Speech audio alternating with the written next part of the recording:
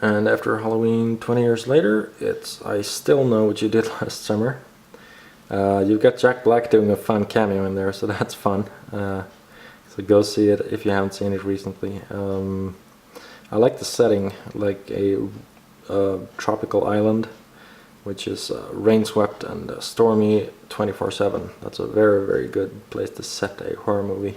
And there is a very nice scene with Jennifer Love Hewitt in the tanning bed. Oh man. Okay, let's not go there, let's move on. Next up, it's Bride of Chucky.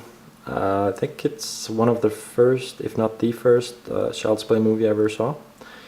And it's pretty bad. It's pretty bad. Not as bad as the next one, Seed of Chucky. That one just sucked. Outright sucked. But this one is a bad movie, nevertheless. Yeah, so that's Bride of Chucky. After that, we got Girl Interrupted.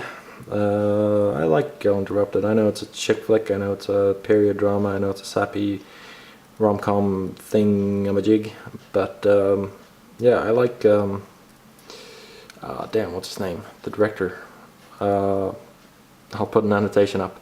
But yeah, I like his style. I like a drama that takes its time, and once again, you've got Winona Ryder and Angelina Jolie in there. Right as she was becoming sort of a big name and making a name for herself, so yeah. It's still I'm gonna go with a good movie.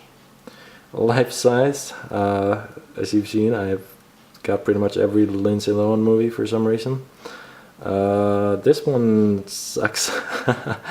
So the less I say about this one, the better. Don't see it.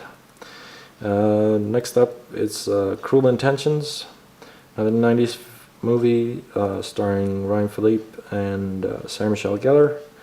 It's a sort of thriller drama with erotic undertones. I don't know, decent movie, I guess. It's just one of those movies I can remember watching on television, like a lot. So yeah, I really like the cast, so I decided to pick this one up. Alright, we're up on the next shelf on the right side here, so let's just keep going. Next up is The Bone Collector, another one with Angelina Jolie. As you can tell, I am something of a fan. Denzel Washington, it's not their best movie by any means, but it's nice and dark. It's got a vicious killer in there, and it's a whodunit, so yeah, there's The Bone Collector. After that, we've got Sleepy Hollow, Tim Burton's movie starring Johnny Depp. What a surprise. Sleepy Hollow is not my very favorite Tim Burton movie, but it's fun and it's got a decent atmosphere in it, so it's sort of a Halloween tradition, I guess. Next up, it's the, what the hell's this thing called? The Collector's Box Set, the Western Trilogy, I guess, from Robert Rodriguez, El Mariachi, Desperado, and Once Upon a Time in Mexico. Desperado was the one for me. That's the one I watched most growing up, and it's still probably my favorite to this day, but I suggest picking this one up because all three films are really decent. They got a lot of action, they've got a lot of flair to them, I guess you could say, and they're shot on a very, very tiny budget, so that's cool. And it's always fun to see what Robert Rodriguez literally cooks up for his DVDs. He's a cool guy, so yeah. After that, we've got the Ultimate Matrix Trilogy box set. I do hope they do this thing on Blu-ray, unless they already did. But this has got 10 discs, which is quite absurd for 3 movies. You've got the Matrix Trilogy, Animatrix, you've got documentaries, special features, all that stuff is in there. I love the Matrix, particularly the first one, but I'm a big fan of the whole trilogy. And yeah, I had to have this box set. It's very, very cool, very stylish and nice. Next up, it's Stigmata, starring Patricia Arquette and what's his face. This is one of those movies that sort of followed in the wake of The Exorcist and similar ones, and it's a very, very interesting movie. It brings up a lot of theological questions, and it's got some sort of horror gore in there too, so it's not a total waste of time, in my opinion. But It's got a weird tone to it, I think. I never quite feel sort of satisfied when I watch the movie. I always sort of feel slightly bummed out for some reason. It's not a happy movie. It's not really supposed to be depressing, but I just see it as kind of a downer for some reason. After that we got Hollow Man, starring Kevin Bacon as a crazy naked scientist who turns invisible, starts slaughtering people. Hollow Man is just a fun action thriller.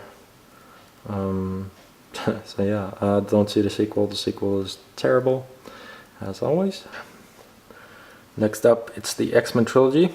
The original X-Men trilogy, none of the other ones, none of the spin-offs or anything. X-Men, X-Men 2 and X-Men The Last Stand. I'm a pretty decent fan of all of them. I'm not a huge fan of any of them, but I think they're all decent, all worth a watch. The third one is kind of weak, but not the worst movie ever. I do think that X-Men First Class is really good though. It's gonna be my top pick for best X-Men movie out of all of them. Next up, it's Ginger Snaps, the first one. Canadian horror movie with dramatic elements. A fantastic film, absolute masterpiece. Highly underrated and sort of an undiscovered gem. This is a brilliant film starring Emily Perkins and Katharine Isabelle. They went on to do a lot of projects together. They starred on Supernatural and a bunch of other things, but yeah, see Ginger Snaps immediately. Next up, it's Dreamcatcher. Whoa man, Dreamcatcher. Why did I buy this? I bought this because I'm a big Stephen King fan. I'm a huge Stephen King fan, in fact, and this one has a lot of direct references to my favorite book, which is It by Stephen King. So yeah, I just thought it was really cool to see a movie that directly references some of the stuff that's already in the book It. And after Dreamcatcher, it's Hellraiser Inferno, the 5th Hellraiser movie. When I saw this as a teenager, I thought it was awful, just plain awful. But it's grown on me since, and I've really come to like it now. You have to be sort of age to really appreciate it. It's got great special effects, a very interesting scenario, and it's just unlike any other Hellraiser movie. So I'm very glad I was able to pick up one of these DVDs because it's long since sold out, I believe. After that, it's The Virgin Suicides from Sofia Coppola. I like Sofia Coppola's films a lot. She's done Lost in Translation, The Virgin Suicides, and she recently did a movie called Somewhere, I think it was called, with Stephen Dorff, and she does great movies that are sort of plotless, I guess you could say. They really don't go anywhere. There's really no sort of narrative sense to them. There's really no sort of plot to speak of, but they're really good. I mean, they're really mellow films. They're just sort of about existing and living, and yeah, they're very cool. And plus, The Virgin Suicides has a great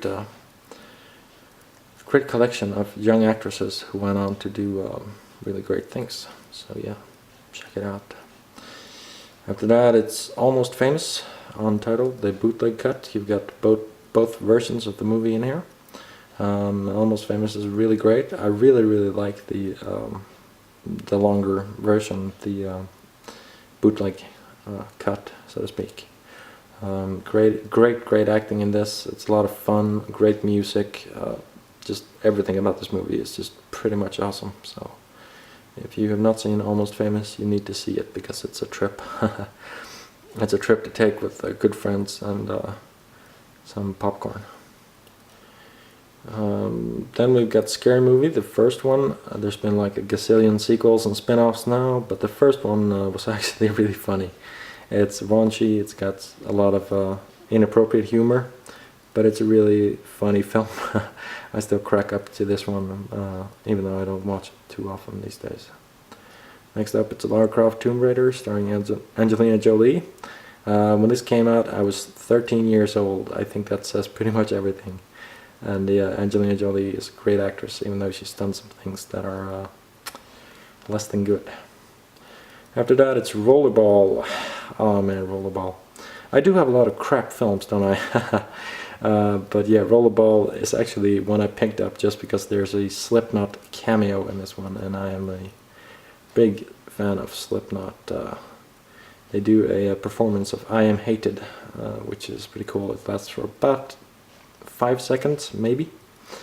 But yeah, this is a action-packed, dumb B-movie film. After that, it's Valentine.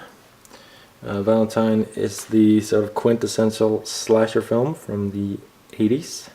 It actually came out in the year 2000, I think. So yeah, early 2000s or whatever. But it follows every cliche to the letter, but it's very stylish, there's a lot of fun, I don't know. There's a lot of, you can throw this movie on at any given point and be entertained. After that, it's Possessed, also based on that same case I was talking about earlier. A real life case about a boy who was supposedly possessed in the 1940s. And this is an awful made-for-television movie. The casting is just atrocious in this one, and it's laugh out loud bad. But yeah, if you're a fan of Exorcist stuff, I suggest you kind of rent it or borrow it if you can. Just don't buy it like I did, because it may prove to be a mistake. After Possessed, it's Prozac Nation, another crap film starring Christina Ricci. Man, I do have a lot of shit films, don't I? But yeah, there's a slight cameo again from Emily Perkins from the aforementioned Ginger Snaps movies, so that's why I bought this movie. Next up is I Am Sam. I Am Sam is a really decent film. I think it's people should go see I Am Sam. It's yeah, it's I mean, it's sappy and everything, but it is a touching film, and little Dakota Fanning does a marvelous job for her age in this movie. She's doing better than Sean Penn, who quote unquote goes full retard in this one. After that, we've got Donnie Darko. This is the original version. I've not seen the director's cut, but I should watch that sometime. Yeah, Donnie Darko is just awesome. Don't mess with Donnie Darko. It's a weird, wonderful movie. Next up is Halloween Resurrection, one of the crappiest sequels ever. Don't know what to say about this one, except I had to have it. It's still Michael Myers, and it's still Laurie Strode, and still Jamie Lee Curtis in there, but god damn it, they should never have made this movie. Yeah, I don't know what else to say about it. It's just a bad movie. Just a plain bad movie. And speaking of plain bad movies, we've got Jason X. Hey! Jason X is the worst Friday the 13th movie I've ever seen. They just ran out of ideas, and they had to keep the franchise alive, I guess, waiting for Freddy vs. Jason, so they made Jason X, and it just spiraled out of control, and the result is just terrible. I don't know what to say. It's just a plain awful movie. It does have some cool kills in it, though, like the head freeze kill. I love the head freeze kill. It's very cool. So I am glad we got to see that. But this movie is pretty much one for the garbage bin on the big on the whole. But if you're a Jason fan, then you're a Jason fan. You know what I mean? Another awful Kane Hodder movie, it's Dark Wolf. Dark Wolf is, oh my freaking goodness, so laugh out loud horrible. It's so plain awful. The effects are just atrocious. Looks like it was made in MS Paint by an 11-year-old with some sort of spastic disease, but it's got Kane Hodder in there who played Jason, and it's got a lot of naked women. So if that's your shtick, then go see Dark Wolf.